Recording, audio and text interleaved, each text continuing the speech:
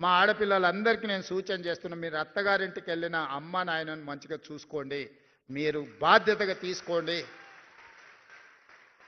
ఇక మా సోదరులకు చెప్తున్న, కట్నాలు వస్తాయి, కార్లు వస్తాయి, అత్త మామ వస్తారు.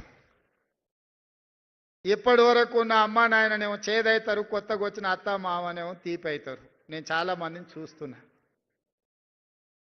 అత్త మామను మంచిగా చూసుకోవద్దని నేను అనను, మీ కట్టుకున్న సతీమణితోని మీరు బాగుండొద్దని నేను చెప్పను. కానీ మీరు అధికారులు అయినంటే మీ తల్లిదండ్రుల యొక్క కష్టము శ్రమ వాళ్ళ రక్తాన్ని చెమటగా మార్చి మిమ్మల్ని భుజాల మీద మోసింది కాబట్టి ఇవాళ మీరు అధికారులు అయ్యింది. మీ తల్లిదండ్రులను మరవకండి, వచ్చిన ఊరును కన్న తల్లిదండ్రులను మరవకండి, మన నేపథ్యాన్ని మరవకండి. మీరు ఏ కుర్చీలో కూర్చున్నా మీ ఎదురుకు వచ్చి నిలబడి ఒక పేదవాడు మీ కళ్ళల్లో మీ తల్లిదండ్రులే ఒక అధికారి దగ్గర పోయి నిలబడితే ఏం పరిస్థితి ఉంటుందో మీరు అది ఒక్కసారి ఆలోచనలకు తెచ్చుకోండి. సహాయం, నిస్సహాయంగా మన దగ్గరకు వచ్చేవాడికి సహాయం చేయడమే మన బాధ్యత. ఈరోజు మీకు ఇస్తున్న అధికారం నిస్సహాయులకు సహాయంగా అండగా నిలబడే అధికారం ఈరోజు ఈ ప్రభుత్వం ఇస్తుంది. నేనైనా మీరైనా మనమైనా నిస్సహాయులకు సహాయం అందించడమే మన బాధ్యత.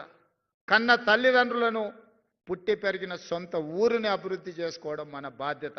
మీరు అంకితమవుతారని నాకు సంపూర్ణమైన విశ్వాసం ఉన్నది.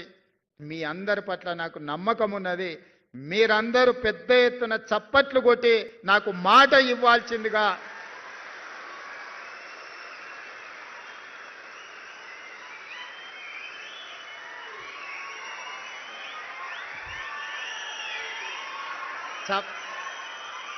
చప్పట్లే కదా కొట్టేసినాం. రేపటి నుండి సార్ చూడబోతారా అని మీరు అనుకుంటారేమో. తప్పకుండా చూస్తా. ఎవరన్నా తల్లిదండ్రులను చూసుకోకపోతే మీ జీతంలో 10-15% కోత చేసి మీ తల్లిదండ్రుల ఖాతాలు వేస్తా. చట్టమే తెస్తున్నా, ఆ చట్టాన్ని మీతోనే రాపిస్తా. తల్లిదండ్రులను చూసుకోని వాళ్ళ జీతాల నుంచి 10-15% జీతంలో కోత విధించి మొదటి నాడు మీ అకౌంట్లో ఎట్లయితే జీతం పడుతుందో మీ జీతంలో నుంచి ఆడబిడ్డ అయినా మగబిడ్డ అయినా ఆ జీతం తల్లిదండ్రుల ఖాతాలకు పోయేటట్టు ఖాతా తెరిచి మీ జీతాలు మాత్రం అక్కడికి బదిలీ చేస్తా.